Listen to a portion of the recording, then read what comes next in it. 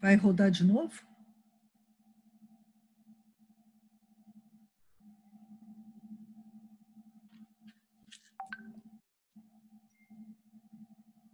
Ainda não deu 6 horas.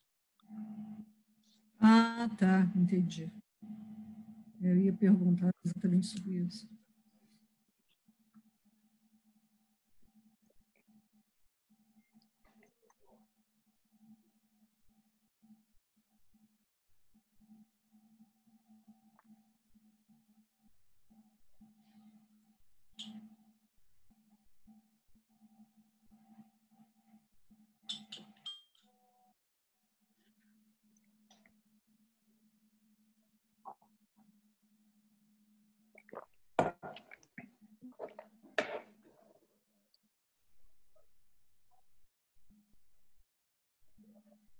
Trocar de lugar, porque essa luz está péssima. Boa tarde a todos. Nós já exatamente às 6 horas. Eu primeiro quero agradecer a BPI por esse espaço, por estar com essa parceria com a Comissão de Direito da Moda da OAB do Rio de Janeiro, conhecida como CDMD, e dar as boas-vindas aos nossos palestrantes. A Yamê é uma pessoa muito conhecida na moda, Renata Lisboa, que é a nossa primeira vice-presidente, vai hoje fazer a moderação juntamente com a Ana Letícia Livato, que é a nossa secretária-geral, e porque eu não vou poder ficar. Mas a Yamê faz parte da comissão, é uma honra muito grande ter você, Yamê, como membro da comissão, membro consultora, e vocês, a sustentabilidade é a sua especialidade, e eu tenho certeza que você vai fazer um evento aqui muito interessante, que eu faço questão de assistir depois. Infelizmente, hoje, já é o segundo que eu não estou podendo participar. E fui ao site dos dois, da Paula e do Sérgio, Lab 77, não é 77, né, Sérgio? Lab 77. E a Paula, e eu achei Paula aqui por causa do Lapachus, que era uma empresa carioca, genuinamente carioca. Mas a do Sérgio a sua é do Rio Grande do Sul, não é isso?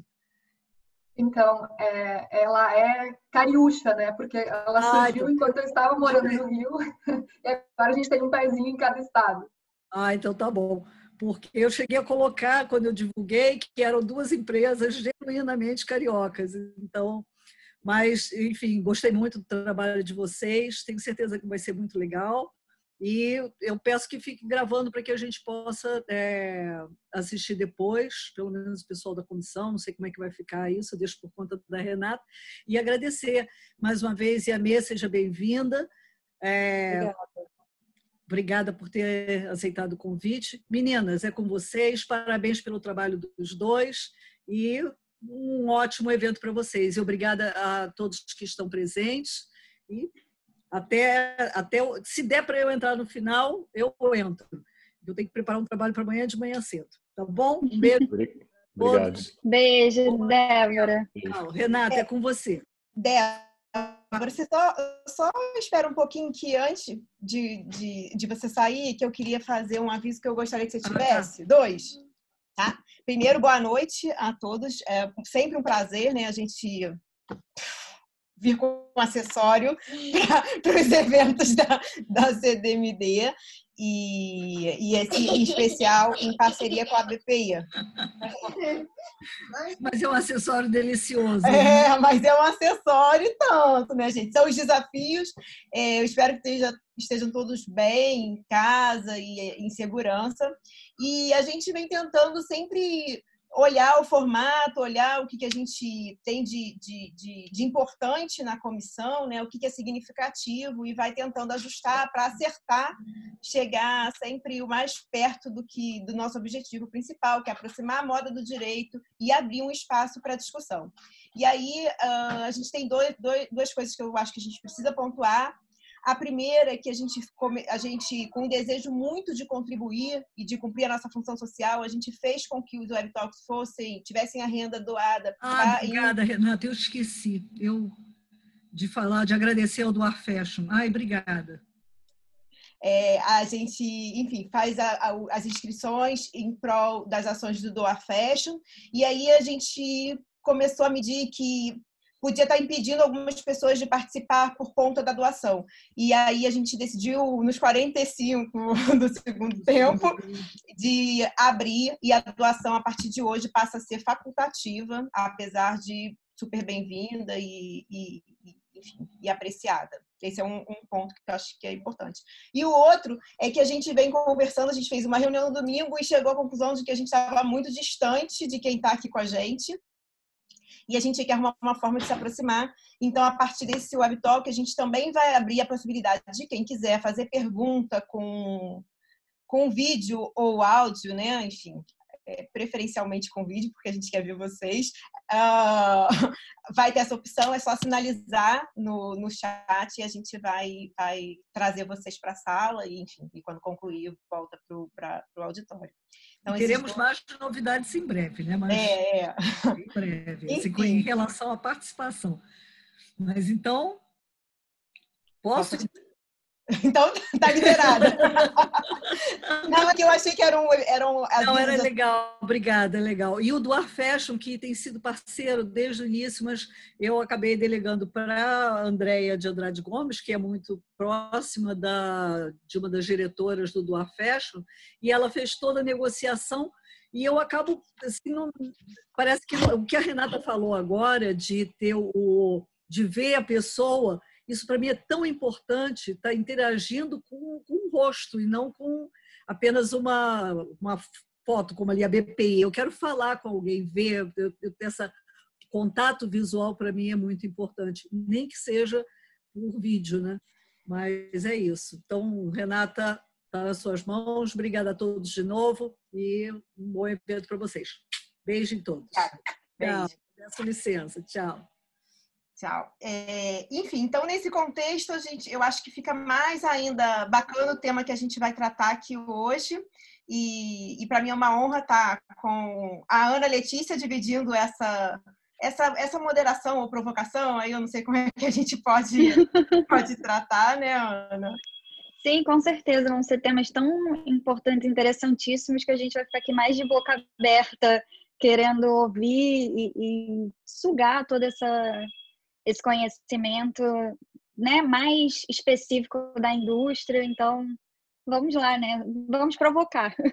É isso aí. E aí eu queria agradecer e apresentar e já chamar para abrir o papo a Yamê Reis, que é coordenadora do IED e fundadora do Rio Ethical Fashion. É que acho que a Renata travou. É um prazer ter você aqui. Voltou. Desculpa. É que tinha travado, Renata, quando você ia falar do Rio Ethical Fashion. Tá bom. Sempre tem esse momento, mas aí eu completei, assim. Então tá ótimo. Então funcionou, é isso aí. A Yamê, eu, antes da comissão, né, antes de ter o prazer de conhecê-la pessoalmente, eu não sei há quanto tempo assisti um vídeo dela que eu amei, que ela contava que todas as criações, a Yamê tem uma história gigante na moda, passou pela Cantão, Totem, e eu não vou continuar para não falhar. E ela fez um vídeo que eu também não me lembro onde eu vi, a minha me perdoe, mas que ela disse que as criações começam pelo mundo, como ela vê o mundo, e aí ela reproduz numa Moleskine. Você lembra disso, Yamê? Lembro. É verdade. Eu posso estar errada, mas eu acho que você estava numa varanda. Estava na minha casa, na minha outra casa na Sacopana, Lagoa. Eu estava contando sobre o processo criativo de um designer de moda, né? E que eu costumava usar um Moleskine porque eu ia anotando todos. Era uma espécie de mood board, né? Onde você vai anotando todas as suas sensações e depois aquilo vira alguma coisa, vira uma narrativa onde você conta uma história que vira uma coleção. É meio assim. E hoje em dia eu sou professora do IED, onde eu justamente faço esse exercício com os alunos, né? que é como você conta a história de uma coleção, né? A partir das suas experiências pessoais, né? Para que aquilo seja uma coisa autêntica e verdadeira, seja uma coisa que tenha a ver com a sua história. Eu também gosto muito desse vídeo, ele está no YouTube. Então, depois me manda, que eu já não, para eu saber, eu não lembro mais os detalhes, mas isso me impactou.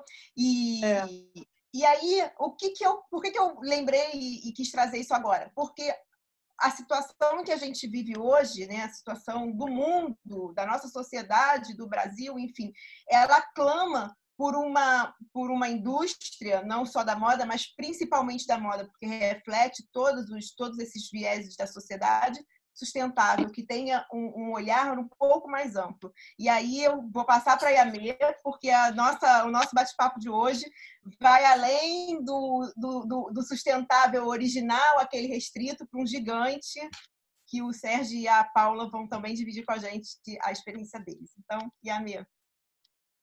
Então, gente, boa noite. Obrigada pelo convite, Renata, Letícia. É um prazer estar aqui hoje falando desse assunto que é a minha paixão atual, falar de sustentabilidade, falar da moda. Eu sou uma pessoa que estou nesse mercado há muitos anos, deixei a sociologia porque me apaixonei pela moda, me apaixonei por esse universo criativo, mas eu vi essa moda se transformar numa outra coisa com a qual eu não me identificava mais, com a qual eu não via nem mais um lugar para mim ali.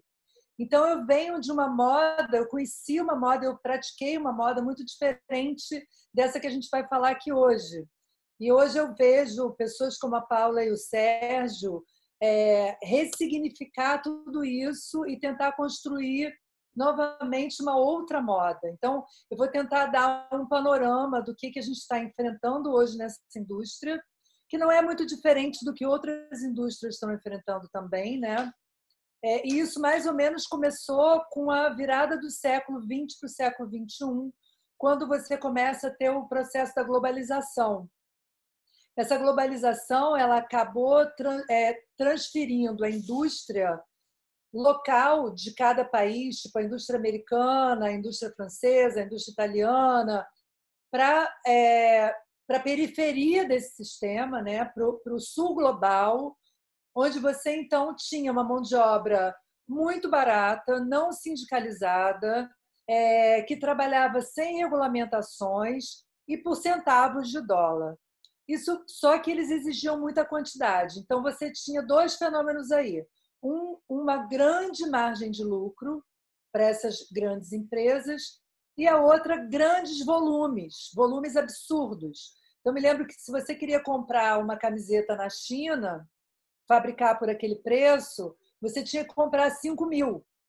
Só que o seu negócio só comportava 500. Mas aí você falava, não, mas eu vou ganhar nesse volume, vou ganhar na quantidade, vou aproveitar então para expandir o meu negócio.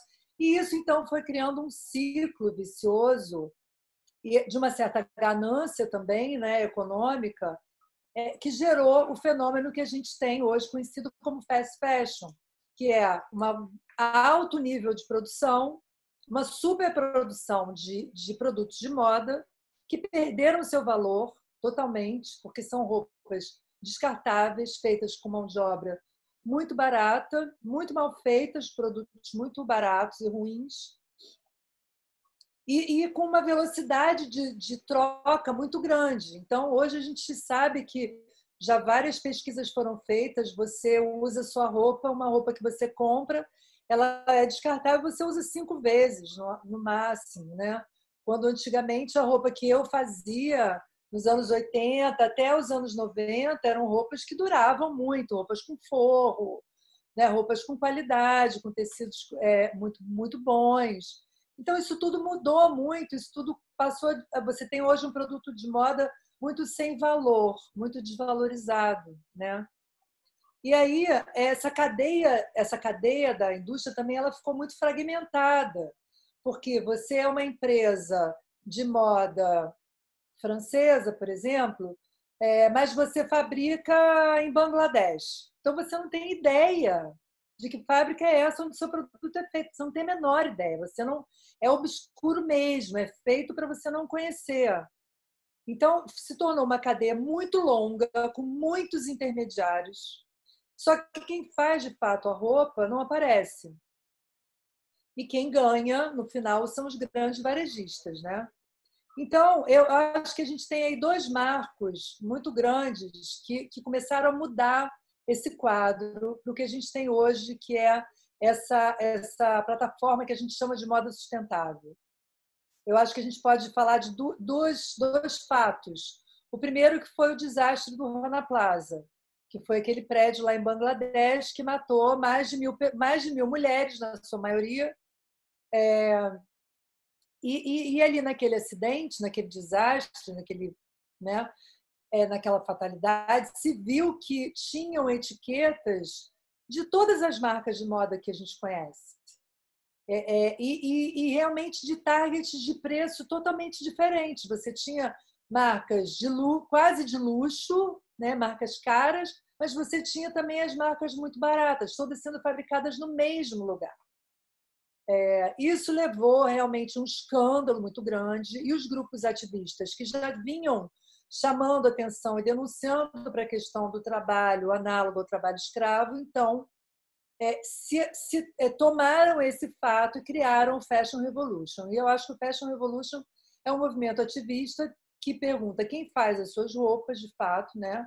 Esse é o principal motor do movimento, e ele realmente teve uma expansão muito grande, foi criando uma consciência muito grande sobre, olha, essa indústria realmente ela explora muito a mão de obra, aonde que essas roupas estão sendo feitas, essas pessoas estão vivendo em condições subhumanas, com salários abaixo do mínimo. Então, se descobriu, quer dizer, se revelou de fato que existiam problemas dramáticos em relação a toda a legislação do trabalho. E aí eu acho que é uma questão que é muito pontual, né, para o direito, que é essa questão do direito trabalhista na indústria da moda. Eu acho que é uma grande questão aí.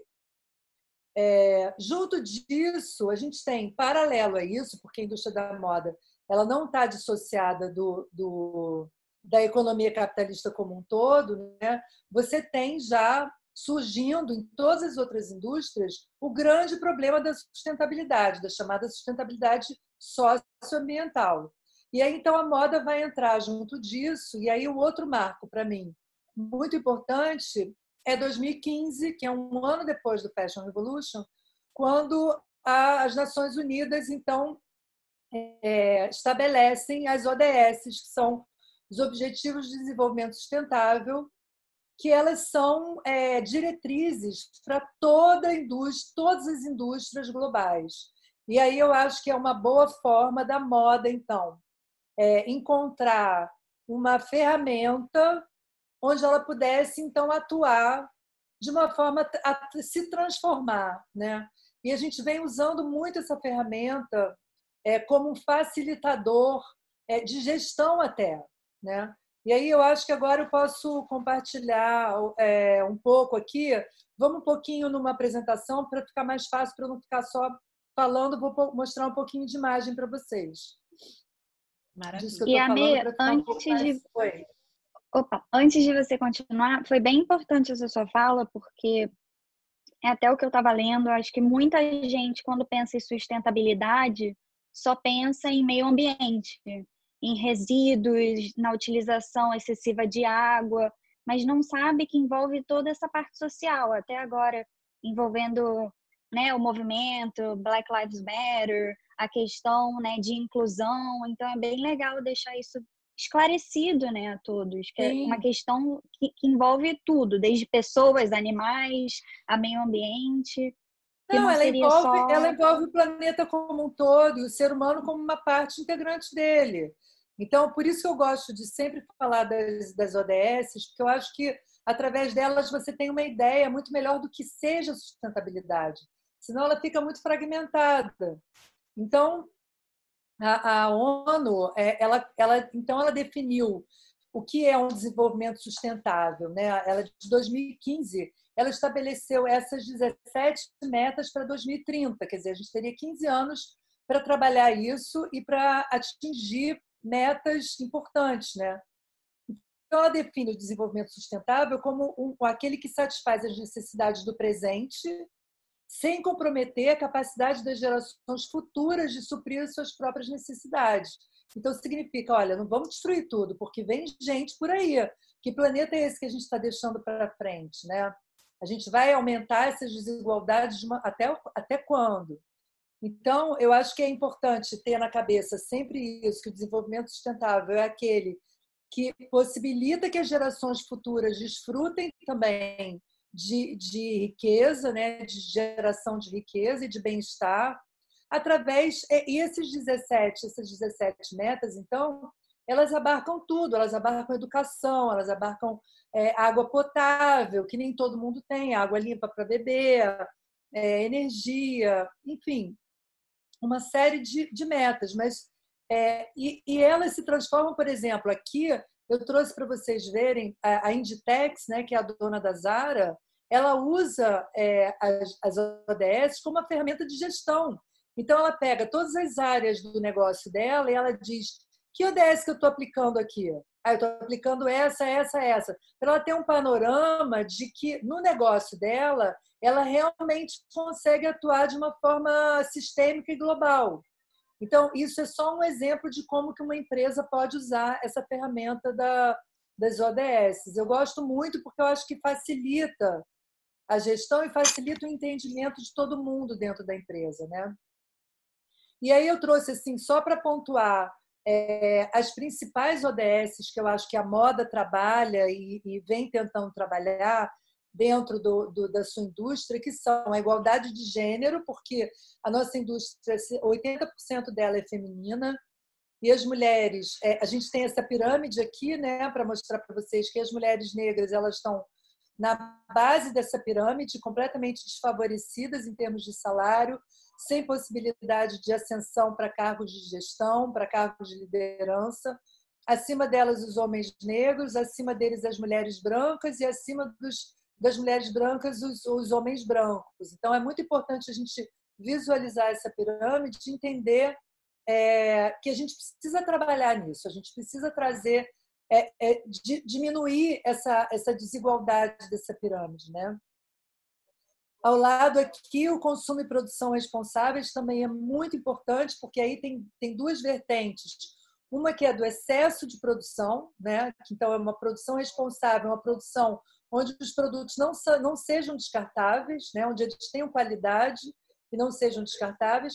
E a outra que é a produção responsável também em relação a você levar um bem-estar às comunidades com as quais você trabalha. Então, mesmo que essa comunidade tenha 20 pessoas, não importa. O impacto que aquilo produz numa comunidade de 20 pessoas, gerando renda, levando alimento, lucro para eles, para que eles possam ter escola, né? Reverter aquilo num posto de saúde, numa escola, em coisas para a comunidade, é muito importante. A outra ODS que eu acho também muito importante é a 14, né? Que é a proteção da vida marítima, da vida embaixo da água. Então, aqui se dá também sobre duas óticas. Uma que é a poluição química dos tingimentos, né? Dos químicos usados nos tecidos, e a outra que é o resíduo, né? do poliéster que está indo para o oceano, né? E que está afetando essa vida marinha completamente. A outra que é o ODS 8, que é o trabalho decente, né? Não interessa para a gente ter crescimento econômico a qualquer preço, né? Se as pessoas não estão sendo beneficiadas, se você não distribui o lucro ao longo da cadeia, se você concentra esse lucro na mão de poucos. A proteção à vida terrestre, que está muito ligado à questão da biodiversidade, né? De como que você não usa pouco agrotóxico, de como que você não desmata, e aí eu acho que a Paula pode falar para a gente também, porque é uma empresa vegana, e isso reduz muito a emissão de carbono dela. A ação contra a mudança global, isso aqui é mudança global do clima, né? Essa ODS 13, ela foi consensualmente introduzida agora no último ano como uma uma ODS transversal a qualquer ação que a empresa tenha, né? Porque a questão climática ela hoje é tão urgente que ela precisa estar sendo abordada em qualquer ação que se tenha nessa indústria. E aí eu trago também a CEO Agenda, que é uma agenda que ela foi tirada em comum acordo com os grandes conglomerados de moda do mundo, né, como H&M, Inditex, Isco, enfim, os grandes, as marcas de luxo também, são as prioridades nessa mudança, né? Então, trabalhar com materiais puros, materiais naturais e limpos, economia circular, melhores salários, a digitalização e você trabalhar com pedidos, né? Produção sob pedido. Eu acho que o Sérgio vai poder falar sobre isso com a gente, porque ele já tem um modelo de negócio que é baseado nisso também. A transparência na cadeia, que é aquilo que eu falei, aonde que a minha roupa está sendo produzida, quem está produzindo a minha roupa, né? Ser responsável por isso também. O combate às mudanças climáticas, ser econômico no uso de energia e de água. Isso é muito importante. Gente, até apagar a luz da empresa é importante. E a segurança no trabalho, né? E aí também essa mesma CEO Agenda, ela cria um plano de ação para que esses CEOs das grandes empresas todos atuem como um acordo, né? Que é implementar estratégias de design circular para que esse produto volte para o ciclo econômico. Se alguém tiver dúvida, quiser aprofundar isso, a gente pode falar depois, para não me estender aqui muito. E aí também os novos modelos de negócio, né? Que é você aumentar a quantidade de roupa e calçado usado que você coleta para reciclagem, coisas tipo a Renner e a C&A e outros fazem hoje, né? Que você vai lá e entrega a sua roupa que você não quer mais. Que a gente hoje não sabe o que faz uma roupa que você não quer. Você vai doar, mas na hora que você doa, vai para onde? Então, a gente também é responsável por saber aonde essa roupa está indo, né? Aumentar o volume de roupas e calçados que vão ser revendidos, e aí são todas as lojas vintage, os e-commerce de roupa usada ou de roupa ponta de estoque. Esse tipo de negócio tem que começar a vingar, né? Aumentar a quantidade de roupas e calçados feitos com fibras recicladas ou de resíduos reciclados. E aí, aqui, só para vocês terem uma ideia, hoje em dia qualquer grande empresa tem suas metas de sustentabilidade. E isso está em todos os relatórios de sustentabilidade das grandes empresas. Você pode consultar essas metas, né? E aí a gente tem que falar também desse novo consumidor, né? O que é esse consumo consciente, né? Que é aquela pessoa que está preocupada em saber de onde o produto dela vem. Ela está preocupada em saber se aquilo teve trabalho análogo ao trabalho escravo, se aquele produto teve impacto ambiental, se não teve, se ele usou recursos naturais, se ele está usando plástico, se ele está usando poliéster, se aquela embalagem é plástica. Então, tudo isso é muito importante que o consumidor esteja atento a isso e perguntando para as marcas, né? E aí eu sempre falo que é muito importante construir as empresas pensando na responsabilidade social, né? Não dá mais hoje, isso tudo não pode ser ação de marketing. O marketing ele é um resultado do que é a sua empresa. Ele não pode inventar uma empresa que você não é. Então você precisa praticar a sustentabilidade, entendida como essa coisa mais ampla, né? Em todos os níveis da sua empresa. Então começa com seus funcionários, se estende aos seus colaboradores externos, seus fornecedores. Você precisa, dentro da sua comunidade, estar atento e ser relevante àquela comunidade, desenvolvendo projetos sociais, ajudando as pessoas mais vulneráveis. Você precisa ter uma preocupação com o meio ambiente, sim, aonde você está colocando o seu resíduo, como você está descartando o seu material, se você está usando copo plástico na sua empresa, o que você não está. E muitas das ações, ao contrário do que as pessoas pensam, elas trazem economia para as empresas e não despesa, né? E a questão da corrupção, né? Que a gente fala muito de ética, né? Então, você ser uma empresa socialmente responsável, você ser uma empresa ética. Ética em todos os níveis, ética ambientalmente, ética socialmente. Então, Eu acho que as empresas que nascem hoje, eu falo muito isso. Você quer criar uma nova empresa, você saiba que você hoje tem muitas premissas para cumprir, porque o consumidor ele vai te cobrar isso. Você não pode mais não saber onde você vai produzir. Você tem que saber todos os elos da sua cadeia, né? Você tem que saber de onde está vindo o algodão. E o Sérgio pode falar disso também, porque ele chega até lá o algodão. Então, eu acho que eu já falei bastante aqui para começar e a gente pode continuar depois se vocês tiverem perguntas. Ótimo, Yamê. Super obrigada. A gente está passando por isso, né? Esse questionamento, essa necessidade de transparência e é fantástico ver você falando, porque fica muito claro todos os olhares que a moda tem no contexto social, no impacto que ela tem para a sociedade, né? Então, isso realmente é fantástico. E não vou me alongar, mas eu só queria, antes de passar para a Paula, para ela contar um pouco da história dela e como a sustentabilidade entrou e ficou e é construída no dia a dia, eu queria... você falou isso, mas eu acho que é legal a gente sempre afirmar que eu costumo ouvir as pessoas achando que as indústrias, as empresas, as marcas sustentáveis, ou elas são ou elas não são. E, na verdade, não é. É tomar as ações o máximo possível para que tenha o menor impacto. Enfim, isso fica muito claro na sua exposição. Maravilhoso. Até tem uma coisa que eu gosto da fala do Oscar Mendes Savard, da Osklen, por exemplo, que ele defende o conceito do as sustainable as possible. É o sustentável na medida que você pode, que você consegue, mas evoluindo sempre. Então, quando ele conta a história dele, ele fala, olha, eu comecei 20 anos atrás. Eu nunca abri mão disso, eu fui construindo essa sustentabilidade, né? Eu comprei algodão orgânico, eu não sabia nem o que eu ia fazer com isso. Num dia chegou lá 3 toneladas lá na Osklen, eu não sabia nem para onde eu ia mandar tecer o fio daquele algodão, entendeu? Então, eu acho que é muito isso, e a gente não pode esperar para fazer tudo, tem que ir fazendo aos pouquinhos. É que nem eu falei, gente, até na economia de luz e de copo plástico, sabe? Você precisa atuar. Legal.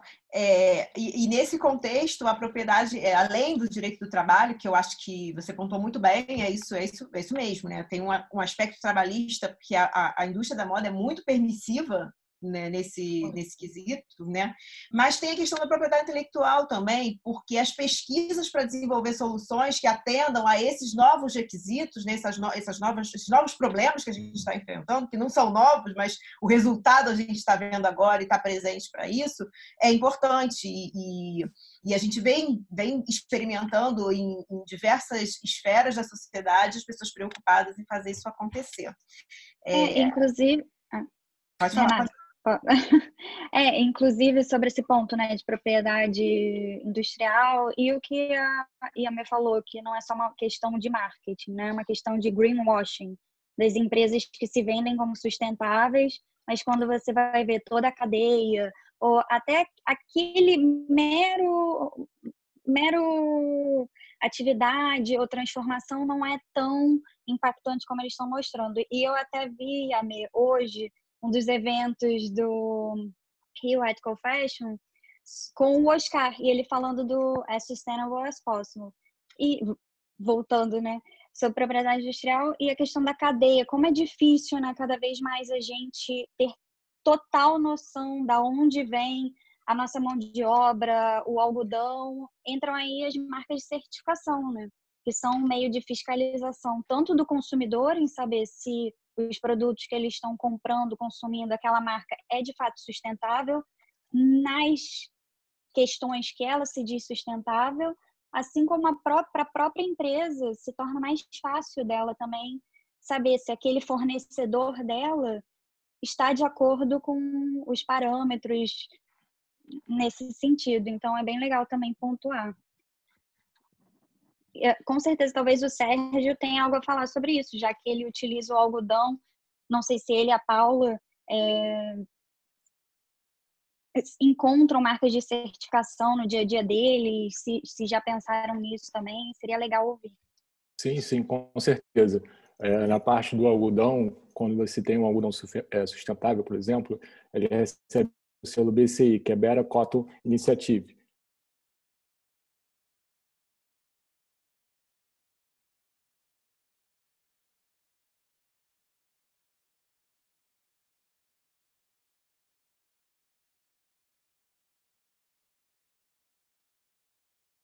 O Brasil hoje só 0,05% é orgânico o algodão nacional. Então, é aquele algodão que não tem agrotóxicos.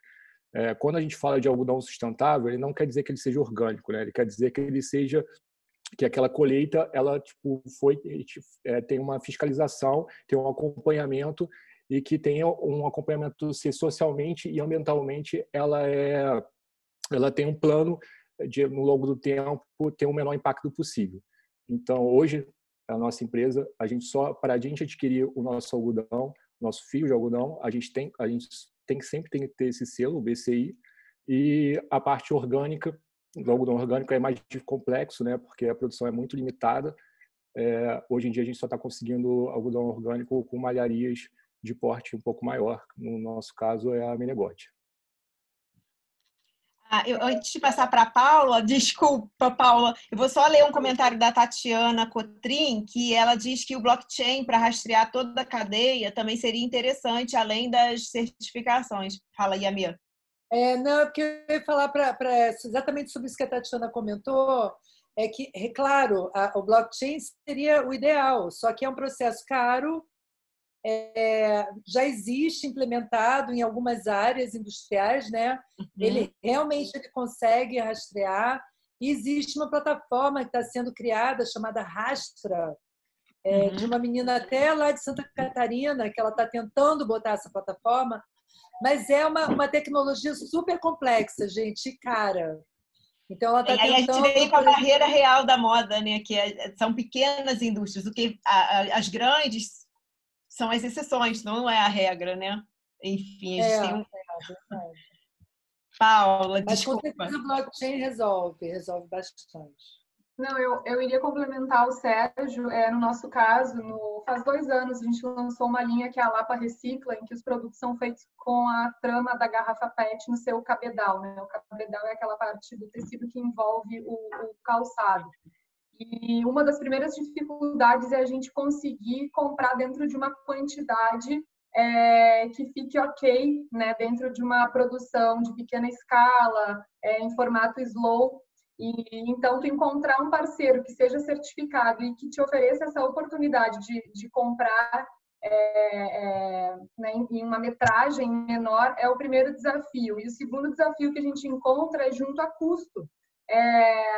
Logo depois que a gente lançou essa coleção, eu recebi várias ofertas de outras empresas que ofereciam um custo muito menor. E aí é aquele momento que a gente para e questiona, porque no primeiro impulso tu fala, nossa, não, né?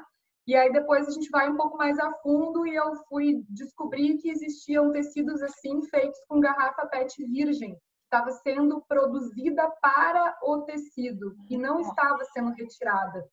Então, são várias questões que envolvem, né, realmente. A gente tem que ter um cuidado imenso assim, em cada processo.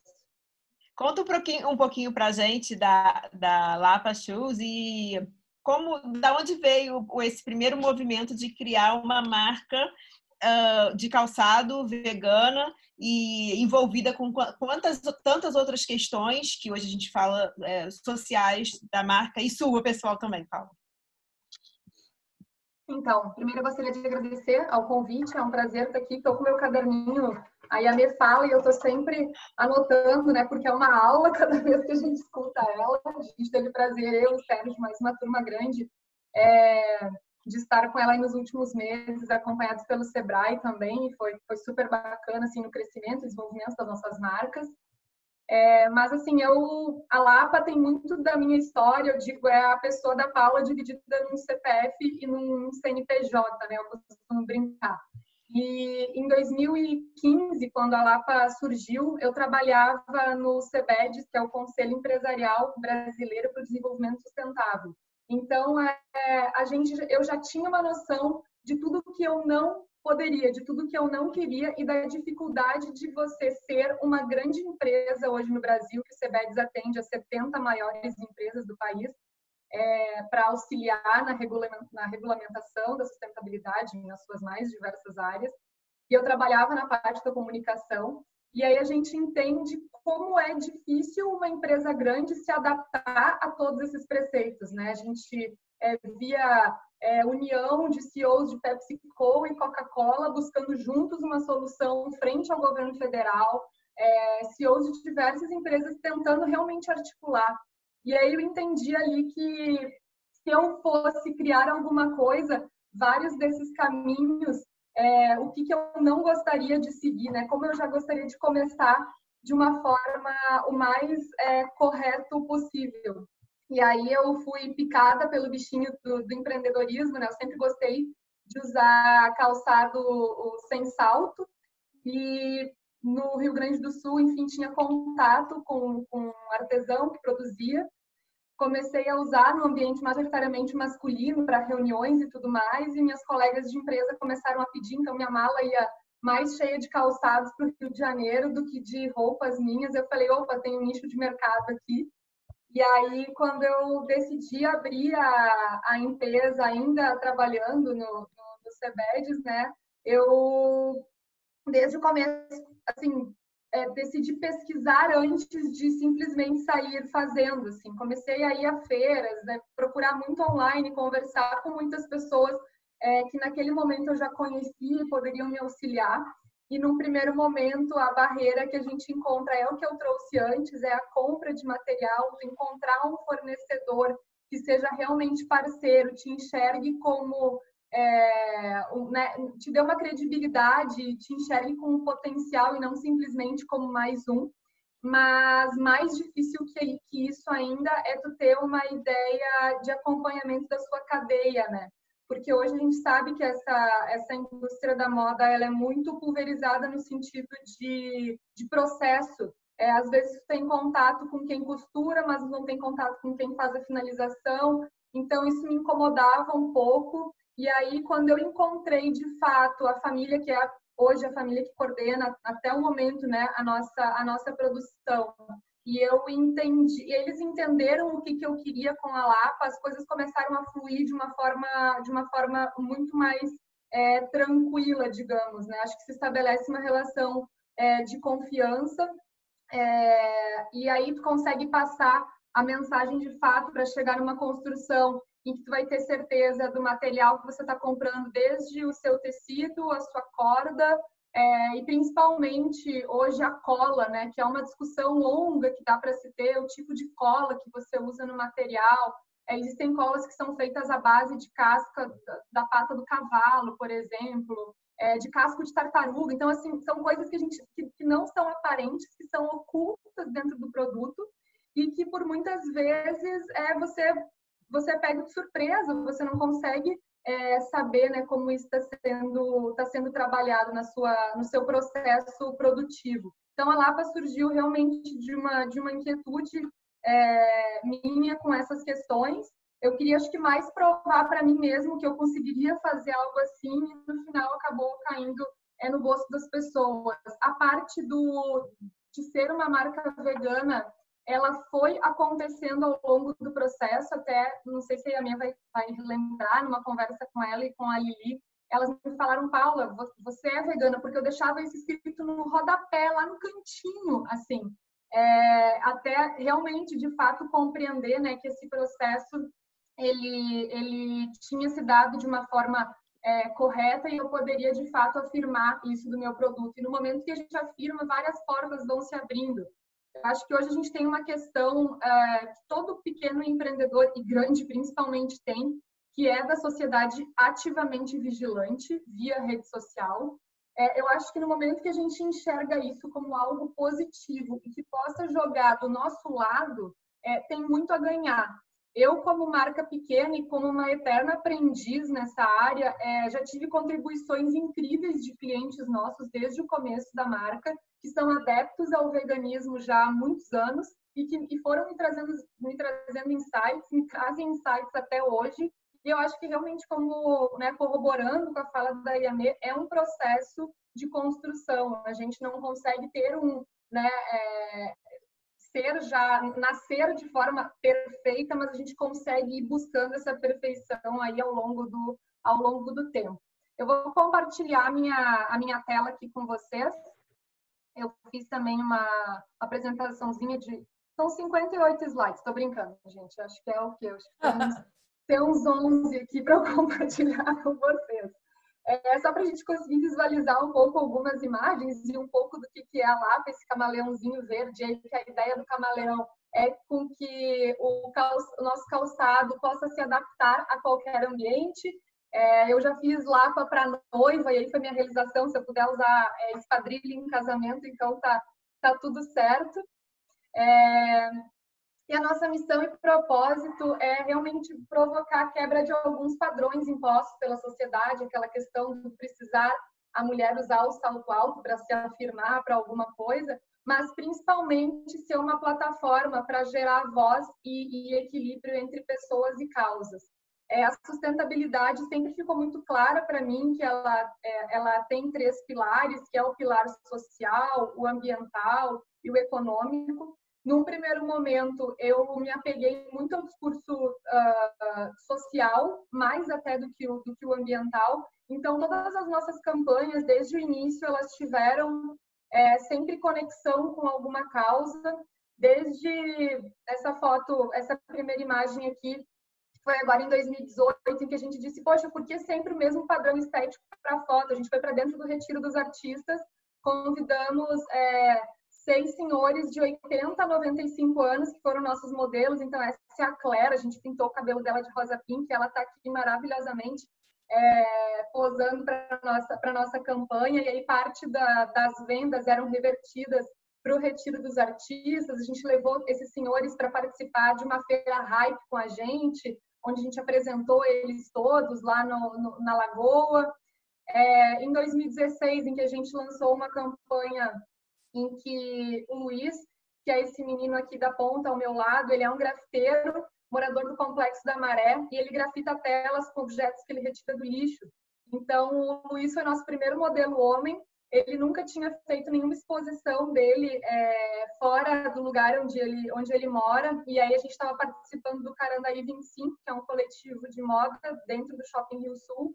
Conversei com a Tati, a gente fez uma exposição de telas do Luiz lá no Shopping Rio Sul, em que ele grafitou 7 telas de 7 pessoas que a gente convidou, que lutam por algum empoderamento de causa na sociedade.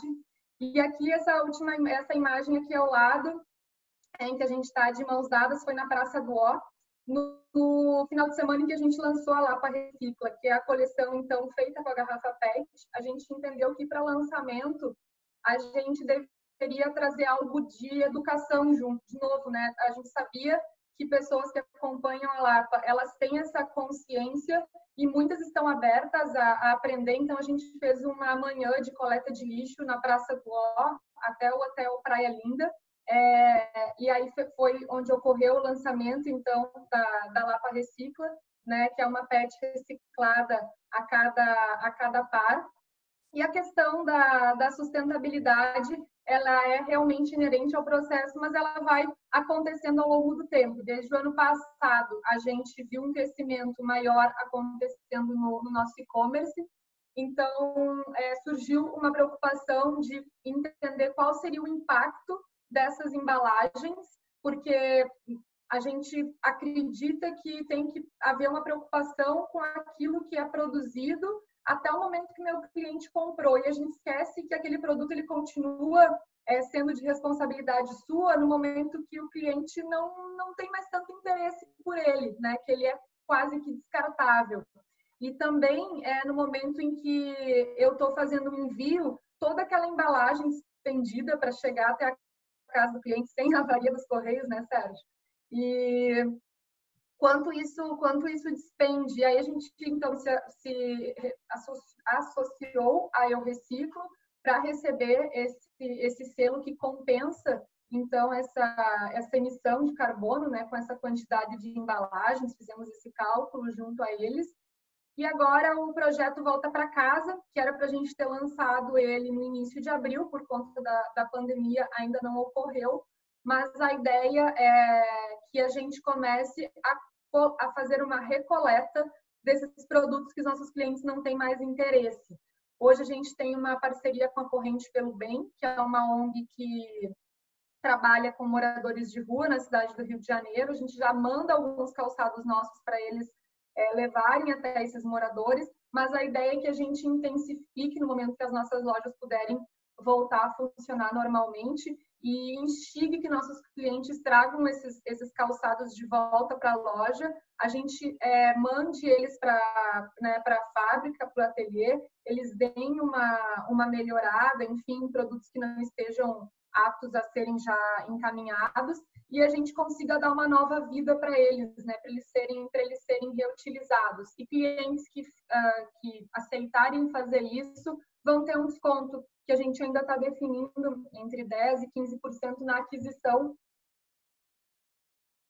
de uma nova lapa. Então, são questões que aqui eu estou colocando algumas também para a nossa conversa não se estender tanto. E aqui eu trouxe um pouco assim, um retrato dos nossos últimos 100 dias. Ali no dia 20 e poucos de março, a necessidade de fechar as portas da loja com uma coleção nova prestes a ser lançada. Todo mundo sabe os custos que envolve hoje você lançar uma coleção nova. Fotografia tinha ficado pronta, a gente tinha recebido as fotos acho que 4 dias antes, os produtos chegaram no dia que a gente fechou a loja. O nosso planejamento financeiro, acho que todo o planejamento de todo mundo, né, riu na cara de cada empreendedor, porque o planejamento fez assim. E aí é o momento que a gente teve que fazer uma seleção de prioridades, né, e entender o que de fato deveria ser feito.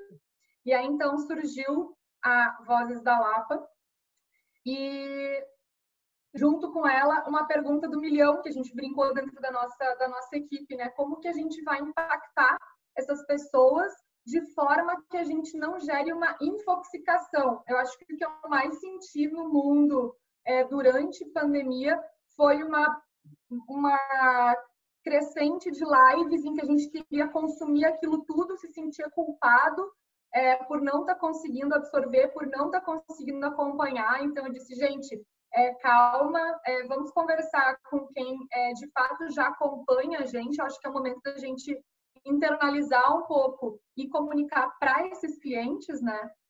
E aí a Vozes da Lapa, então, ela virou a Todos por Todos, que era a coleção que a gente deixaria para lançar mais para o final do ano, mas como eu disse, o planejamento ele precisou mudar. E a gente comunicou nas nossas redes, então, que a partir daquele dia, as nossas lojas físicas estavam fechando as portas, que era uma decisão absolutamente difícil de ser tomada, mas que a gente tinha vontade de manter toda a equipe, que os nossos funcionários estavam trabalhando de casa e que agora o e-commerce era o nosso único canal. E aí, junto, nesse momento, alguns clientes, sabendo da nossa proximidade com causas e projetos sociais, diziam, a gente quer ajudar, a gente não sabe como, vocês têm alguém para indicar como que a gente faz? E aí a gente conversou com a Corrente pelo Bem, entendemos que os moradores de rua do centro do Rio de Janeiro estavam num processo enorme de desamparo, porque se alimentavam nos restaurantes que haviam fechado. Então decidimos que a cada produto vendido a gente doaria uma quentinha para a Corrente pelo Bem. Até em abril, essa nossa ação ela foi divulgada no Jornal Nacional, e eles fizeram uma abordagem que até o momento eu não tinha me dado conta, até o momento que a produtora me ligou, que ela disse, a gente percebeu que a Lapa como marca e como plataforma, que era uma palavra que eu uso muito, além de fazer essa conexão entre uma necessidade do cliente de querer ajudar e não saber como, né? E ser uma questão em que a gente precisava de verdade continuar com o nosso canal de venda online aquecido, mais do que nunca, a gente conseguiu levar uma renda para a família que estava produzindo essas quentinhas e que também estava parada já desde o início da pandemia sem venda nenhuma. Então, realmente foi uma corrente do bem assim, se formando, e que a gente conseguiu fazer com que o nosso produto ele realmente tenha propósito, né? Atrelado, mais do que eu acho que a gente vender calçados, como a gente sempre diz, a gente precisa assim, ser participante ativo de histórias, né? De pessoas que nos cercam. A marca é feita por pessoas, então ela tem que entregar isso. E aí eu acho que as pessoas ficam, às vezes, no momento de desenvolver a sua própria marca, planejando e pesquisando muito e tudo mais, e muitas deixam de jogar uma ideia bacana no mercado por medo de não saber como construir ou por não ter uma ideia de uma ação naquele momento. Mas a gente é muito prova viva de que as coisas elas vão acontecendo. Acho que a gente vai se conectando com pessoas que vão trazendo ideias. Então, assim, o perfeito é difícil de chegar, né? Mas a gente vai construindo, acho que, propósito no meio desse caminho, assim. E aí, nesse momento, a gente entendeu que, como marca, sozinhos a gente não conseguiria atingir um grande número, obviamente. E a gente convidou que outras marcas também participassem com a gente nessa campanha, mas principalmente a gente abriu as nossas redes. Acho que a gente tem o quê? 37, 38 mil seguidores. A gente entendeu que ali poderia haver espaço para que outras pessoas divulgassem os seus negócios, ou que amigos que conheciam negócios que estavam precisando de um apoio pudessem receber ali naquele espaço, né, uma divulgação, uma troca. Dentro do nosso grupo no Sebrae, isso ocorreu de uma forma muito bacana, as marcas se divulgando entre si, e a gente usou, então, também a nossa plataforma para fazer isso através do compartilhamento de stories. E aí, aqui, para fechar isso que eu estou falando e mostrar que não é algo que a gente usou e aproveitou de um momento de fragilidade das pessoas durante a pandemia, e é algo que sempre foi inerente dentro da Lapa. Aqui é a Milka, que é uma cachorrinha que uma cliente nossa veio pelo saque e falou que tinha comido o cadarço do tênis dela já pela segunda vez, e aí ela pagou mais pelo frete do que pelo cadarço. E aí a gente disse, poxa, a gente tem uma cachorrinha que é uma vira-lata Lapa, que ela fica dentro do nosso estoque, fica dentro, né, do nosso escritório, e a gente fez uma cartinha como se fosse a Lapa escrevendo, compramos um brinquedinho que está ali com a Milka e mandamos junto com o cadarço para essa cliente. E aí a gente disse, amiguinha, quando estiver nervosa, rói essa rodinha aqui, que ela é gostosa, e deixa o cadarço da sua mãe de lado. E aí a cliente compartilhou com Razões para Acreditar, que é um Instagram, um site que só compartilha notícia boa.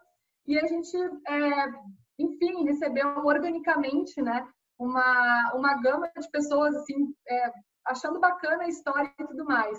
E aí a ideia é que a gente assim, tenha cuidado para trazer essas ações que elas permeiam o nosso caminho, né, e não só no momento de pandemia, que é o que a gente está vivendo.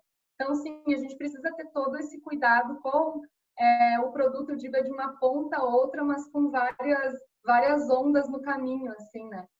Mas, principalmente, acho que trazer verdade nesse storytelling todo que a Yamê estava falando. Acho que da importância da gente ter essa construção da história, mas realmente trazer muita verdade a ela, assim.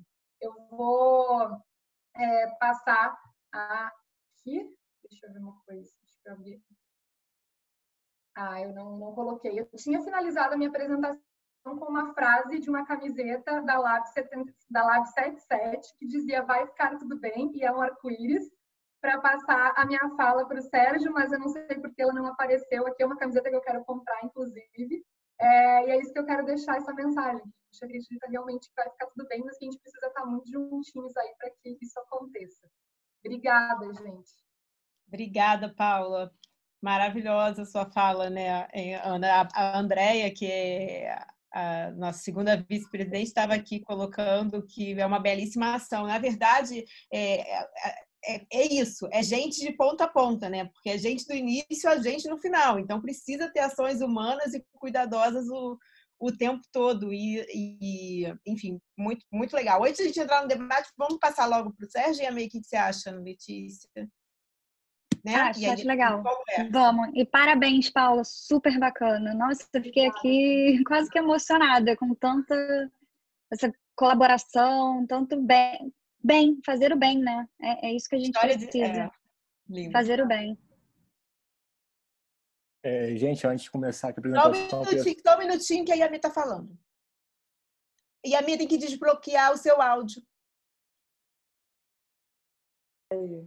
Desculpa. A gente esquece, né? Não, é porque a gente fala tanto das marcas terem relevância, a gente fica ouvindo isso, não entende o que é. Aí a gente ouve uma apresentação como a da Paula, você vê que o que é uma marca relevante. É uma marca que é importante que ela exista, porque ela não está aí só botando produto no mundo, entendeu? Ela está atuando na comunidade, ela está preocupada com o entorno dela, ela está preocupada com as pessoas também. Então, eu acho que isso é uma marca relevante, é um exemplo de como que uma marca pode ser relevante hoje em dia, né? E só complementando o que a Yami falou, aqui do pessoal da Lab, quando a gente vê uma apresentação dessa e a gente conhece a Paula, o trabalho dela, a gente se identifica muito e tipo um lema nosso aqui dentro da empresa é sempre entregar acima da expectativa do cliente, né? Eu acho que o que está no nosso site, entregar um produto, uma roupa que o nosso cliente compra no nosso site por um preço, num prazo tal, isso é nossa obrigação como empresa. Mas a gente tenta sempre entregar um pouco acima. E assim, vendo uma apresentação dessa, a gente se identifica muito, porque é isso que a gente faz no nosso dia a dia. Então, parabéns, Paula. Obrigada, Sérgio. A gente troca muito, eu e o Sérgio. Acho que teve um almoço que a gente almoçou juntos lá nos encontros do Sebrae, de várias questões, problemas que acontecem, mas no fim, esse tipo de troca é a mais significativa e que faz dar ânimo para a gente continuar no processo, né? Essa é uma marca registrada da indústria da moda, né, Yami? A colaboração, né? Se tem uma característica, a colaboração, e é muito legal a gente ver isso seguindo, isso tão impresso nos negócios de vocês, né? Bom, gente, então, primeiro agradecer por participar desse bate-papo, falar um pouquinho aqui do como que a Lab funciona. A gente começou há 5 anos atrás, foi eu e o meu sócio, o Guilherme, a gente criou a Lab 77, a gente chegava no mercado uma oportunidade de preencher uma lacuna de uma marca sustentável, autoral, que tivesse um modelo de negócio onde a gente pudesse ser justo, socialmente falando, que fosse financeiramente viável e tivesse um impacto ambiental responsável, né? Então, a gente, como empresa, a gente fez um modelo de negócio que a gente terminava o processo de fabricação das nossas roupas após a compra do nosso cliente. Então, dessa maneira, a gente conseguia ter um menor impacto ambiental justamente porque a gente tinha uma otimização do nosso estoque. A gente só botava um produto no mercado que, de fato, já tinha sido vendido. Então, a Lab começou dessa maneira. Isso reduz muito o nosso uso de matéria-prima, o desperdício de material na nossa cadeia como um todo. Mas, assim, como é que funciona isso na prática, né? Principalmente para as pessoas que não estão ligadas no mundo da moda? Basicamente, a gente desenvolve uma coleção, a gente pilota essa coleção, o meu sócio ele desenha, a gente vai, pega essas peças, a gente pilota elas, testa, uma vez aprovadas, a gente pega essa coleção, coloca no nosso site, a gente fala que são produtos virtuais, porque eles não têm um estoque acabado. O nosso cliente ele é avisado que ele está comprando um produto que ele tem um tempo de produção. Uma vez a gente testando o mercado e enxergando a demanda que o mercado tem para aquele produto, a gente define se aquele produto vai ser um produto totalmente sob demanda, ou seja, cortado e costurado e produzido só depois que o cliente compra, ou se a gente pode fazer um produto, por exemplo, pré-finalizado. As nossas camisetas da Lab, que são um dos nossos carros-chefes, quando o cliente compra no nosso site, o processo de estamparia é feito após a compra. Tem produtos que têm uma demanda mais alta e são atemporais, que a gente faz um estoquezinho dele justamente para diminuir o tempo de produção e atender os nossos clientes de forma mais rápida. Então, o modelo de negócio da Lab nossa meta sustentável principal é não deixar resíduo, não deixar perda de estoque. Na indústria da moda a gente chama de estoque morto. É aquele estoque que as lojas, as marcas não conseguem vender mesmo aplicando um desconto. Porque é justamente o que a Yami estava falando. Tipo, a indústria da moda, fast fashion, produz em excesso. Então, acaba gerando muito excesso. É tanto excesso que, mesmo com desconto, não tem para onde sair. E o que acontece? A grande maioria das marcas pegam esse excesso e, dependendo do posicionamento, chegam a queimar esse excesso de roupa. Muitas devolvem para o país de origem. E esse país de origem recebe aquele lixo para ser depositados em aterros.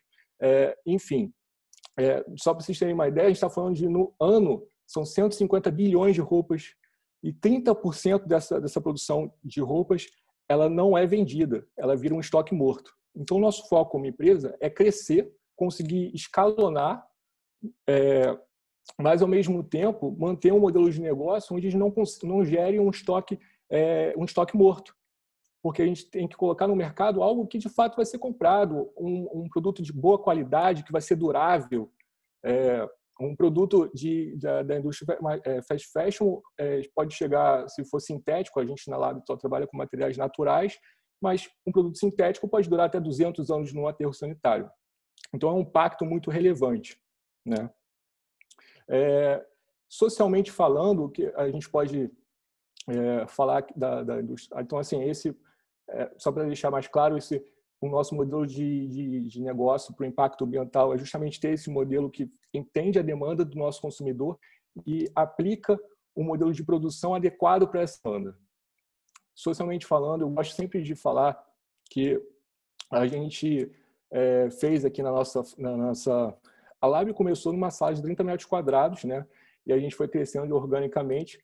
E hoje é muito legal porque a gente conseguiu fazer um sonho que eu e Gui a gente tinha desde o começo, que era fazer um ambiente que a gente chama que é a nossa matriz, que é um ambiente que é loja, mais fábrica, mais escritório, tudo no mesmo lugar.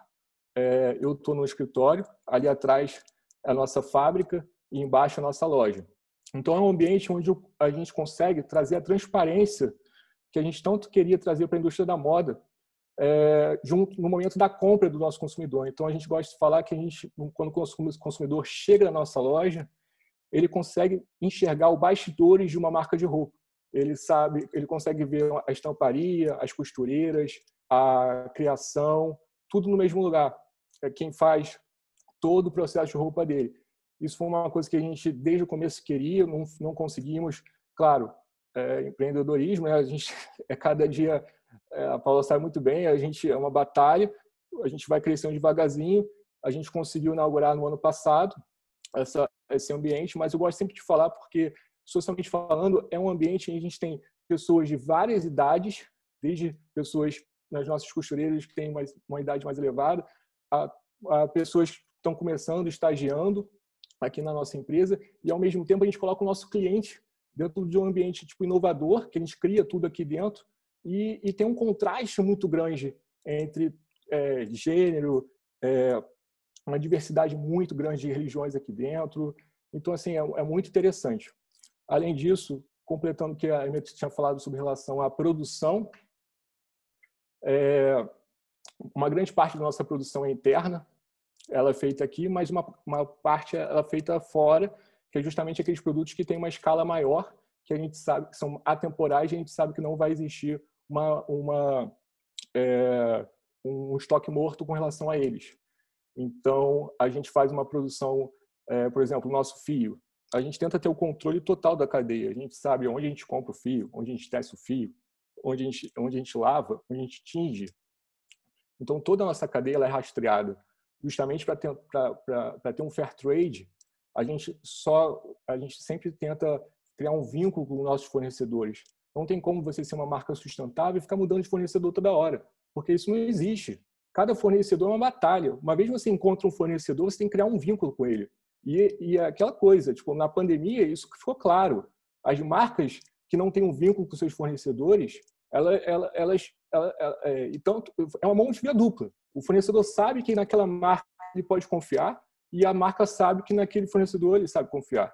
Então, os laços da sustentabilidade no meio de uma pandemia ficaram muito claros, muito evidentes. Isso fortaleceu demais a indústria. Eu falo, tanto para o meu sócio, que tipo, eu tenho muito orgulho de falar que durante essa pandemia a Lab mudou de patamar, foi muito gratificante. O que a gente escutou dos nossos fornecedores falando, cara, que a gente podia contar com a gente, foi muito legal. Então, assim, socialmente falando, tem essa questão da cadeia de produção e a gente atua também com projetos locais, distribuindo uma participação do nosso lucro para determinados projetos, que no caso é o Garra Animal, que é um projeto que é liderado pela Renata, de apoio a animais, que é uma causa que a gente sempre está comentando bastante, a gente é muito identificado com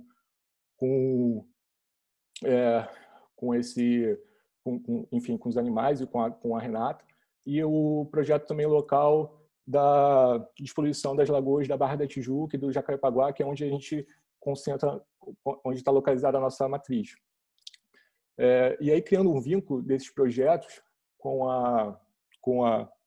esse período atual que a gente está vivendo, e puxando também um pouco sobre o que a Paula estava comentando, a gente, no momento que a crise chegou, né, e a pandemia, que ficou, enfim, quando a gente viu o cenário atual que a gente estava vivendo, a gente, como marca sustentável e sabendo que os nossos clientes eles iam nos cobrar, claro, o consumidor hoje, eu enxergo muito claramente que na indústria da moda as pessoas se vestem para se expressar.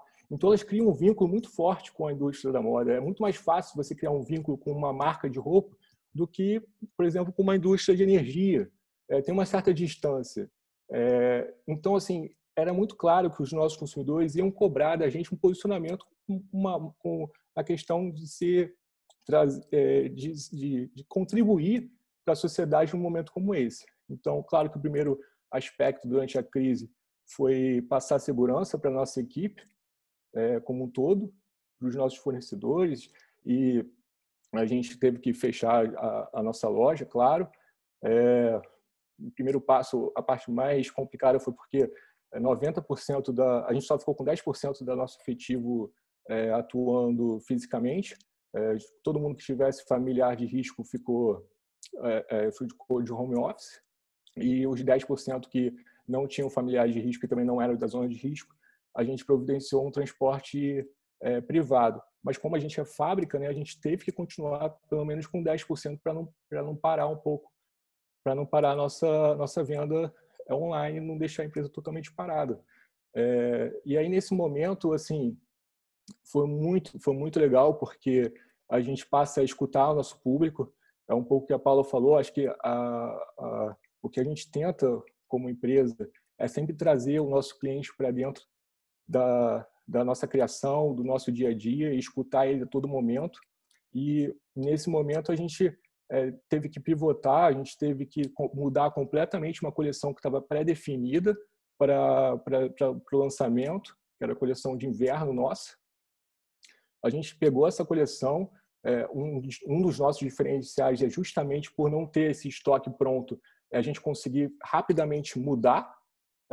Então a gente criou uma coleção em 2 semanas e foi atrás de tentar achar como é que a gente poderia contribuir para a sociedade num momento como esse. A gente fez uma parceria, eu vou até compartilhar aqui a minha tela.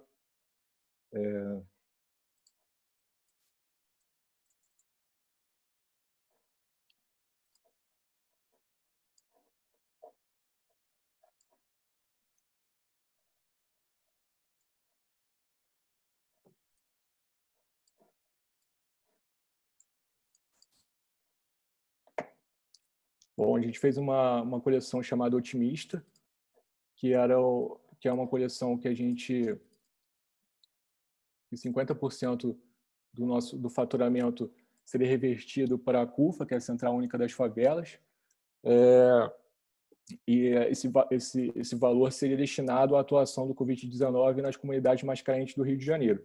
Além disso, a gente doou 1.000 máscaras para a CUFA e 500 máscaras para a Souza Cruz. Mas assim, como o legal disso é que, tipo, mesmo a gente enxergando, né, que a gente precisava atuar, a gente estava um pouco meio baqueado, porque o mercado todo estava em promoção, e você pensa assim, cara, a Lab 77, para vocês terem uma noção, a gente nunca, em 5 anos de empresa, a gente tinha colocado promoção no site oficial da marca, em 5 anos de empresa, porque o nosso modelo de negócio não é necessário fazer promoção. Mas quando você vem uma crise dessa magnitude, todos os nossos concorrentes com um preço lá embaixo, a gente lançou a CUFA para tentar contribuir nessa situação e, ao mesmo tempo, a gente botou nosso site em promoção e sendo que tinha 10% do nosso efetivo dentro da empresa, né? Então, vocês podem imaginar, tipo, como foi uma batalha esses últimos dias e o grande diferencial que a gente teve para poder desempenhar bem e continuar com a excelência de te entregar acima da expectativa do nosso cliente foi justamente esse fato que a Paula falou, que é de você escutar o seu público. Então, já que 90% da nossa equipe estava de home office, vamos botar 90% dele para entender o que o público está questionando e para quando o público tiver ansioso porque a gente está com 10%, a gente atrasou alguns pedidos, a gente explicar o que está acontecendo, deixar claro que vai chegar, que a gente vai dar o nosso jeito e que a gente vai atender e pedir desculpa, assumir que pode ter havido um atraso. A gente estava sempre atualizando o nosso site para deixar o tempo do flash o mais real possível, mas mesmo assim havia algumas incoerências em relação ao atraso das peças. Mas essa comunicação de excelência foi o grande aprendizado assim, da empresa. E a gente pôde, graças a Deus, girar a nossa empresa durante esse período e pagar as contas e contribuir nesse momento de crise para a sociedade de forma sustentável enfim. E aí foi um pouquinho da participação da Lab, um pouquinho do contexto total da empresa. Bom, é isso. Legal, Sérgio, obrigada. Muito bacana também. Transparência, parabéns, é super importante. Eu queria pegar um pouco da fala da Paula, né, e saber de vocês, porque, e a Mê, principalmente, a gente fala muito que o consumidor hoje, ele cada vez mais cobra das marcas, né, que elas sejam sustentáveis, que tenham transparência, mas uma grande parcela dos consumidores ainda não tem totalmente essa preocupação. Seja porque, às vezes, um item considerado sustentável pode ser um pouco mais caro, ele não vai ter acesso, mas também não tem educação. A educação necessária para isso, né? Sobre sustentabilidade, sobre a importância. E eu vi até quando, na sua iniciativa, Paula, sobre a devolução da peça para que ela seja revertida, né? Enviada para alguém que necessite, que eu acho que uma das formas de a gente educar é talvez dar um incentivo ao cliente. Você me devolve essa peça e eu te dou um desconto para a próxima. A Burberry fez isso também depois de ter se envolvido num escândalo enorme sobre a queima das peças. Eu queria saber que outras formas as marcas, vocês, se vêm no futuro ou já fazem, podem ajudar essa educação, conscientizar o consumidor em larga escala, não só o seu consumidor mais próximo, mas transformar, né, a ideia do consumidor em geral. Posso começar? Não sei. Pode, claro. Eu acho que hoje tem uma questão assim bem gritante acontecendo em relação a compartilhamento de conteúdo pela marca. A gente tinha há 2 anos atrás no Instagram que ele tinha que ser uma vitrine perfeita, aquele feed olhado do início ao fim e eram fotos todas em tons pastéis, né? E agora a gente percebe que começa a acontecer uma mudança, que as marcas, elas, além de colocar fotos de produtos, de compartilhar no seu site só venda, elas passam a trazer profissionais da área da comunicação para compartilhar conteúdo. Então, acho que aí é o primeiro momento. Acho que também, junto com isso, com esse compartilhamento de conteúdo e usando as suas redes, dando espaço para isso, é importante que a gente escolha algumas bandeiras para falar sobre. Eu acho que é uma questão bem séria, assim, de questão de identidade. Às vezes a gente quer falar sobre numa velocidade muito grande. Então, acho que se a gente escolher alguns temas que têm aderência com a marca e, de fato, estudar eles profundamente e aí sim compartilhar esse conteúdo, acho que é um passo bem grande. Vou passar a palavra para um dos dois, porque minha bateria está acabando, eu vou carregar aqui rapidinho. E a Mê? Obrigada. Eu acho que a Letícia levantou um ponto que é muito importante, muito debatido hoje, né? Qual é o lugar do consumidor e qual é o lugar da marca nessa transformação, né? E eu costumo falar que eu não vejo só um nem só o outro. Eu acho que é uma combinação dos dois e eu acho que as marcas hoje elas têm um papel educativo. Eu acho que esse lugar da marca como educadora desse consumidor é essencial. Então, é essencial que a Paula esteja comunicando o que ela acredita e esteja dialogando com essa sociedade da mesma forma que o Sérgio. O Sérgio, inclusive, ele tem uma ferramenta muito boa que são as t-shirts, né? A camiseta dele comunica muito o que ele quer dizer. É uma marca que fala. Então, eu acho que esse lugar da marca que fala e da marca que educa é muito importante para transformar o consumidor. Da mesma forma que o consumidor vai também transformar as marcas, que ainda estão num outro momento lá atrás, achando que é uma onda que vai passar, entendeu? Que a sustentabilidade é mais uma tendência. Só que ela não é uma tendência, ela vai modificar o mercado profundamente. E a gente está vendo agora, nessa situação de pandemia, de Covid e tal, foi a grande discussão. Está sendo a grande discussão realmente da indústria, está sendo a questão da sustentabilidade, a questão do calendário, a questão do excesso de produção, a questão dos modelos de negócio. Eu acho que eu gosto muito desses dois exemplos, da Paula e do Sérgio, porque eu acho que eles abordam a sustentabilidade de formas muito diferentes e, ao mesmo tempo, se complementam muito, né? A Paula, apesar dela ter um produto vegano, ela completa ele muito bem. Quer dizer, apesar, né?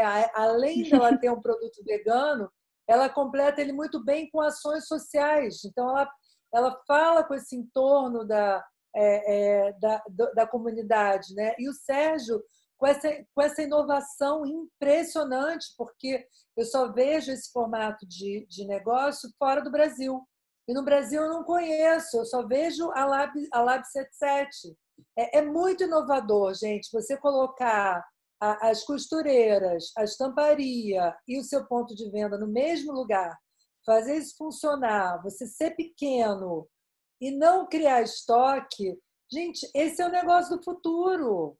Esse é o negócio do futuro, entendeu? E ele já viu isso lá atrás e já funciona dessa forma. Isso é sustentabilidade financeira para as indústrias, para as marcas. Porque o grande problema hoje de todos os empresários de moda, vocês podem conversar, é o que eles fazem com os estoques. Verdade. Ninguém sabe o que faz com o estoque. Gente, eu venho de marcas grandes de moda. Em todas por onde eu passei, tem um momento que elas pagam aluguéis altíssimos para estocagem de produto, que elas não vão fazer nada com isso. Aí o que acontece? Elas preferem, em vez de elas pagarem o espaço de um CD, de um estoque, elas mandam incinerar, porque é mais barato, entendeu? Então, se cria um problema de emissão de gás carbônico, aí você começa a melar tudo, entendeu? Porque o teu negócio é insustentável financeiramente. Então, esse modelo que o Sérgio criou, junto com o Guilherme, ele é o modelo do futuro realmente da sustentabilidade. Eu acredito muito, muito mesmo. Mas, nisso. Sérgio, como você consegue equilibrar esse custo de expectativa? Porque você não tem uma produção linear, né? E tem ali uma equipe à disposição, né? Enfim, para poder fazer esse atendimento sob demanda. Como é que você consegue? E tem os insumos que você também vai comprando num feeling ali de uso, enfim, e de repente adequação para usar em próximas coleções e tudo mais. Como é que você consegue fazer esse equilíbrio? Porque um dos pontos, só para eu complementar, um dos pontos que as empresas tradicionais falam quando o aspecto é sustentabilidade é que o custo é alto para ser sustentável, né? E, enfim, então eu acho que a gente abordar um pouquinho, se você puder falar um pouquinho sobre isso, eu acho bacana. Eu acho assim, com o nosso modelo de negócio, a gente foi aprendendo ao longo do percurso, né?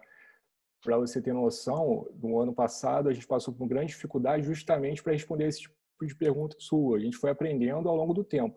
Então a gente viu que tipo o nosso modelo de negócio para a gente escalar e ter um custo fixo alto que nem a gente tem, com um espaço de 300 metros quadrados, onde o cliente consegue ter uma interação inteira com com todo o nosso pessoal, a gente viu que só ia ser possível se a gente tivesse 3 tipos de estoque, né? 3 tipos de processo de produção. O processo de produção para uma peça que seja atemporal, que a gente não vai ter, que ela já foi testada e já foi comprovada a sua demanda para o público. O público já falou, Lab C7, eu gosto dessa... A gente tem, por exemplo, um short de linho que ele está sem...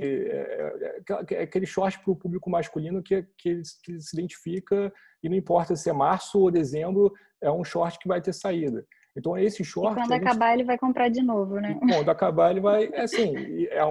um short é uma peça super exclusiva. A gente também a gente tem um diferencial que o cliente consegue ficar... justamente por ter toda essa estrutura. Se ficar um pouquinho mais longa, ele vem aqui, a gente ajusta para ele. Enfim, a gente consegue fidelizar o nosso cliente para estar sempre comprando de volta, tá? Mas o grande foco é porque ao longo desse tempo a gente aprendeu que tem produtos que a gente pode sim fazer uma produção para ele, porque ele é atemporal e a gente não vai ficar com aquele produto depois no estoque. Faz um produto de boa qualidade, um produto que vai fidelizar o nosso cliente a voltar a entender, ele vai entender como foi feito e ele vai identificar. Ao outro lado, o fato do nosso modelo de negócio ser sobre a gente testar o modelo antes de produzir, faz com que a gente consiga ter uma capacidade criativa muito grande. Então, assim, vou te dar um exemplo. O risco de uma coleção mal sucedida da Lab, ela é inferior ao risco de uma coleção da indústria normal. Por quê? Porque a gente testa o mercado primeiro, a gente verifica se aquela peça ela vai gerar algum interesse e, uma vez gerado o interesse, a gente vai e define qual o tipo de produção que ela vai ter. Se ela vai ser sob demanda, que é uma peça de posicionamento, é uma peça que a gente entende como empresa, que a gente precisa ter, apesar de não gerar uma demanda tão grande, ou se é uma peça que não vale a pena, porque o custo dela é tão alto e com uma demanda tão baixa, a gente tem que descartar da nossa coleção. Então, quando a gente faz a nossa coleção e tenta achar a rentabilidade, é sempre verificando o tipo de processo, a rentabilidade e o posicionamento como marca que a gente vai querer ter ao longo do tempo. Maravilha. Vocês têm alguma estratégia nesse sentido, Paula? Eu sei que não é sob demanda, né? Não é esse modelo de negócio de vocês, mas como que você trata essa questão do estoque que a gente pontuou aqui tanto como sendo um problema, né? Enfim. Sim. A gente tem 2 anos, mais ou menos, que a gente implementou um sistema de gestão de ERP em que a gente consegue entender, através de relatórios gerados semanalmente, como que esses produtos estão se comportando. A gente tem produtos fixos de coleção, que, como o Sérgio falou, a gente entende como marca que eles são sequenciais, né, que eles vão continuar acontecendo independente da estação do ano, enfim. Mas a partir da observação de dados, de relatório mesmo, e aí eu tenho um sócio que é engenheiro e que fica com essa parte densa, a gente consegue ter noção, inclusive, da compra de material, né? Eu acho que, principalmente agora, durante a pandemia, uma estratégia que a gente adotou foi integrar estoque. A gente tem uma loja no Rio Grande do Sul, temos uma loja no Rio de Janeiro, e antes o nosso estoque, o nosso e-commerce, ele saía sempre do estoque do Rio de Janeiro. No momento que a gente integrou esses 2 estoques, obviamente que para o cliente aumentou o tempo de entrega, que a gente tem que receber o pedido e fazer o tratamento dele, entender de qual estoque ele sairia, mas eu também consegui dar uma vazão muito maior. Eu consegui fazer com que a loja do Rio Grande do Sul, que estaria fechada, sem os produtos simplesmente parados ali dentro, eles passassem a estar disponíveis também na nossa plataforma. Então, foram algumas adaptações que a gente foi fazendo, né, ao longo para conseguir dar realmente vazão num momento como esse. Muito bacana. A Débora voltou. Débora, você quer fazer alguma pergunta? Não, está fechado o seu áudio. Pronto, estava tentando abrir. Como eu perdi grande parte, espero poder escutar depois, então eu me abstive. Eu não sei se vocês falaram sobre marketing e divulgação, como é que o trabalho de vocês, como é que vocês divulgam, tanto ao Lab 77 quanto ao Lapa Shoes, como é que os consumidores conhecem vocês? Porque a minha pergunta vem, eu sou professora e a gente conversa sobre marcas, eu vejo que as pessoas, as meninas, né, sempre têm muito mais informação. Eu não vejo de onde vem, como é que você chega no teu público. É uma curiosidade minha de trocar ideia com jovens que por dentro, como é que vocês chegam neles? Sim. Pela Lapa, assim, a gente no início sentia muito uma dependência da questão das influenciadoras para divulgação do produto. Okay. De um tempo para cá, acho que de um ano para cá isso mudou bastante, pelo menos para a gente, eu não sei para o Sérgio também, na questão de considerar o trabalho de micro-influenciadoras. A gente acha que os jovens hoje eles estão tendo uma aderência muito maior com aquilo que é de verdade mesmo, né? Que a pessoa comprou, gostou, postou. Então, a forma de instigar isso é também algo que a gente vem tentando cuidar muito. Assim, faz mais ou menos um ano que todo produto nosso que é comprado no site, a gente escreve à mão um post-it com o nome da pessoa e aí a gente cola ele dentro do tênis de surpresa. Então, a gente faz uma embalagem super bacana, com saquinho, produto e tal. E a foto sempre é do post-it grudado no fundo do tênis que a pessoa abriu e disse: olá, fulana, que bom ter você com a gente, me tira logo daqui, vamos passear e tal. Então, acho que aí é uma das primeiras coisas. E agora, nesse momento de pandemia, realmente a gente entendeu que só o orgânico não iria sustentar e a gente precisava, sim, trabalhar com anúncio pago também. Isso já era uma coisa que acontecia, mas agora ainda mais. E esse anúncio pago, a gente decidiu focar ele em pessoas que já eram clientes nossos, que já tinham interagido com a Lapa em algum momento, seja curtindo um post, seja comentando, seja entrando no site. Então, eles eram impactados com remarketing e retargeting, né? Que a gente tem o uso dessas ferramentas para essas pessoas verem o nosso anúncio. Opa, já conheço, então vou lá e talvez vou concluir a minha compra e a gente otimizar custo também, né? Porque eu vi uma reportagem de vocês em uma revista, eu acho. Eu vi não na revista, mas pela internet. Mas às vezes falo em algumas marcas, por exemplo, quando a gente falou que vocês iriam fazer, então a Paula Cioli falou: eu sou cliente. Então, assim, adoro a Lapa Shoes. Eu acho que ela até colocou aqui. Então, como é que as pessoas sabem, como é que vocês chegam? Então, eu achei os sites maravilhosos, mas eu mesma não conhecia, porque não é o tipo de roupa ou de sapato que eu uso. Então, mas eu sei sempre pelos alunos e acho legal. E como eu tenho uma formação em marketing também, isso é muito curioso, né? Como é que você chega no consumidor sendo uma empresa sustentável, ainda pequena, querendo se colocar. Então, e você, Sérgio? A gente também, a gente nasceu na plataforma digital, né? A gente nasceu com e-commerce antes de ter loja física.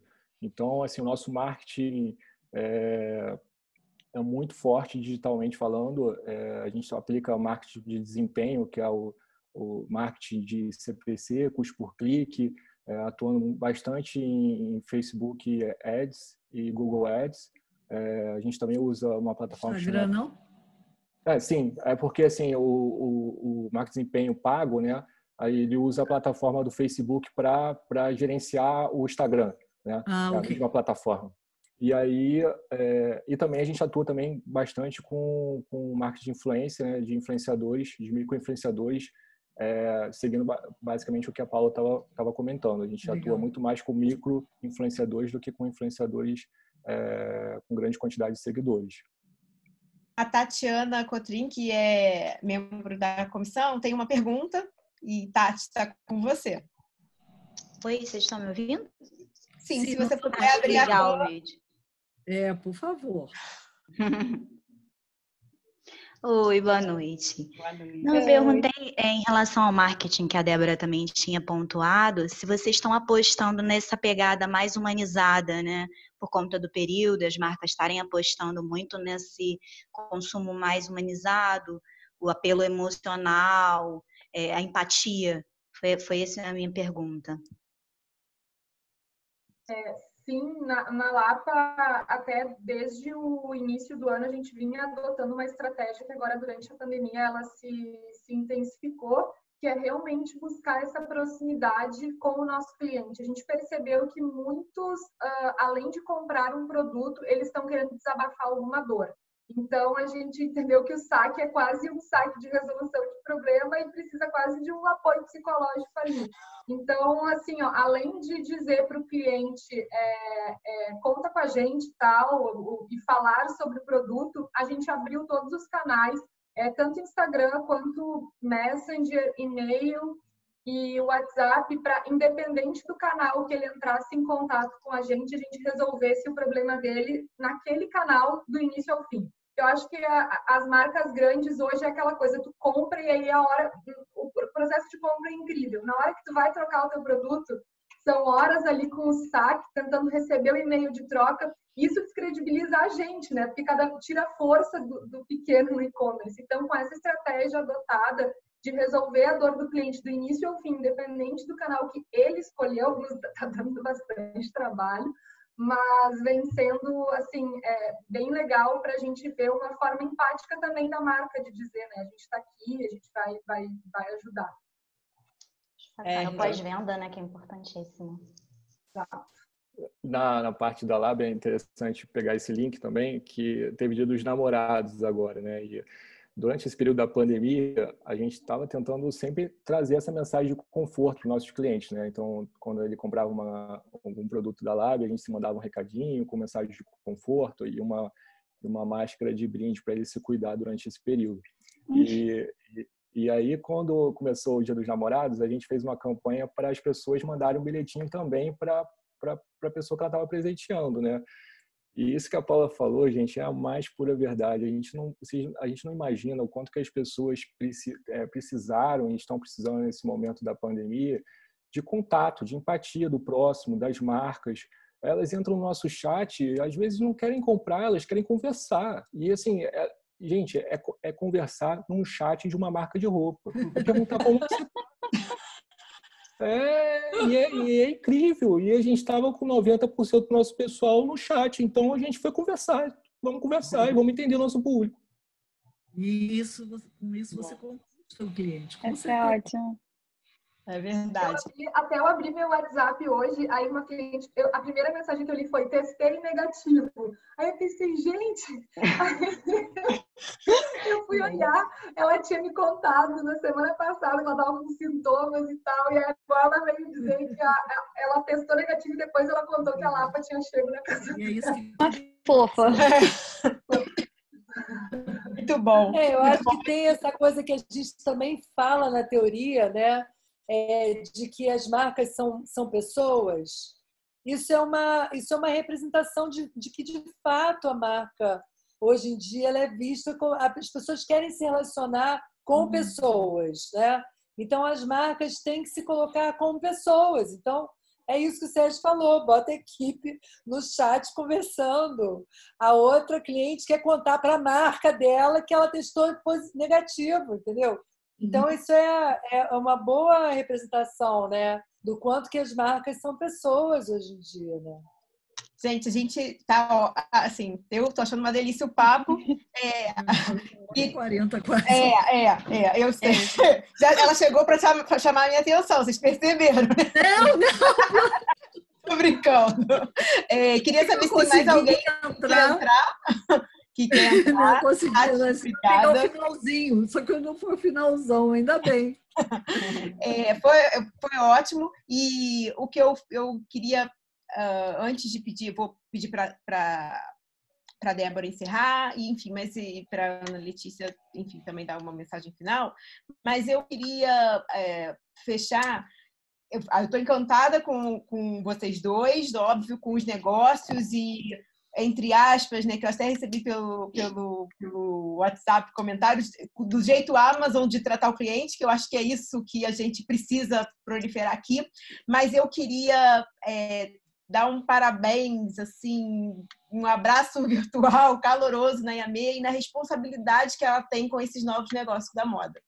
Porque todas as vezes que a gente fala, a gente vê que o quanto você influencia positivamente, e a fala deles deixa isso muito natural e muito evidente, para que seja uma indústria diferenciada como a gente preza e vem tentando construir e imprimir. Então, assim, Yamê, super obrigada. Obrigada, Renata. Não, porque hoje eu acho que é uma missão que a gente tem, é realmente fomentar esses pequenos empreendedores que já nascem com esse propósito verdadeiro mesmo, sabe? De mudar a empresa, porque é muito difícil o grande virar aquele Titanic e começar tudo de novo. Mas uma empresa como ele, gente jovem, que já entendeu que precisa mudar, a gente precisa ajudar o pequeno, comprar do pequeno, fazer ele vingar, principalmente nesse momento agora, né? Tão difícil. Para o grande e para o banco buscar dinheiro é fácil, mas para um pequeno é muito mais difícil. Então, vamos dar força para o pequeno, vamos botar essa gente, porque eles são o futuro da indústria. É na mão deles. Então, eu fico super feliz de ver. Adoro quando eles contam os cases, porque eu acho que inspira muita gente a multiplicar isso para frente. É um Brasil que dá certo, né? E a gente desse meio do caminho. Esperança. Ana, por favor. Sim, Depois, agora, antes de você, porque eu vou deixar vocês encerrarem, não é justo que eu encerre. Não, Débora, pode encerrar, por favor. Eu não assisti a maior parte. E a Renata já falou tudo que eu poderia ter falado sobre a Yamê e sobre os dois. Não tem. Então, é só agradecer mesmo. E você que estava aí participando, então deixa vocês duas fazerem as honras da casa, que estão mais do que bem representadas. E mais a participação de vocês. Ana e Renata, por favor. Obrigada, Débora. Então, eu queria agradecer, acabei não agradecendo no início, né, mas agradecer a participação de vocês, Yamê, Sérgio e Paula. Realmente foi um aprendizado, ouvir a experiência de cada um, o que vocês têm feito. Porque, assim, nós, pelo menos advogados, né, a gente lê muito, tenta absorver tudo da indústria da moda, que às vezes nem não está no nosso dia a dia.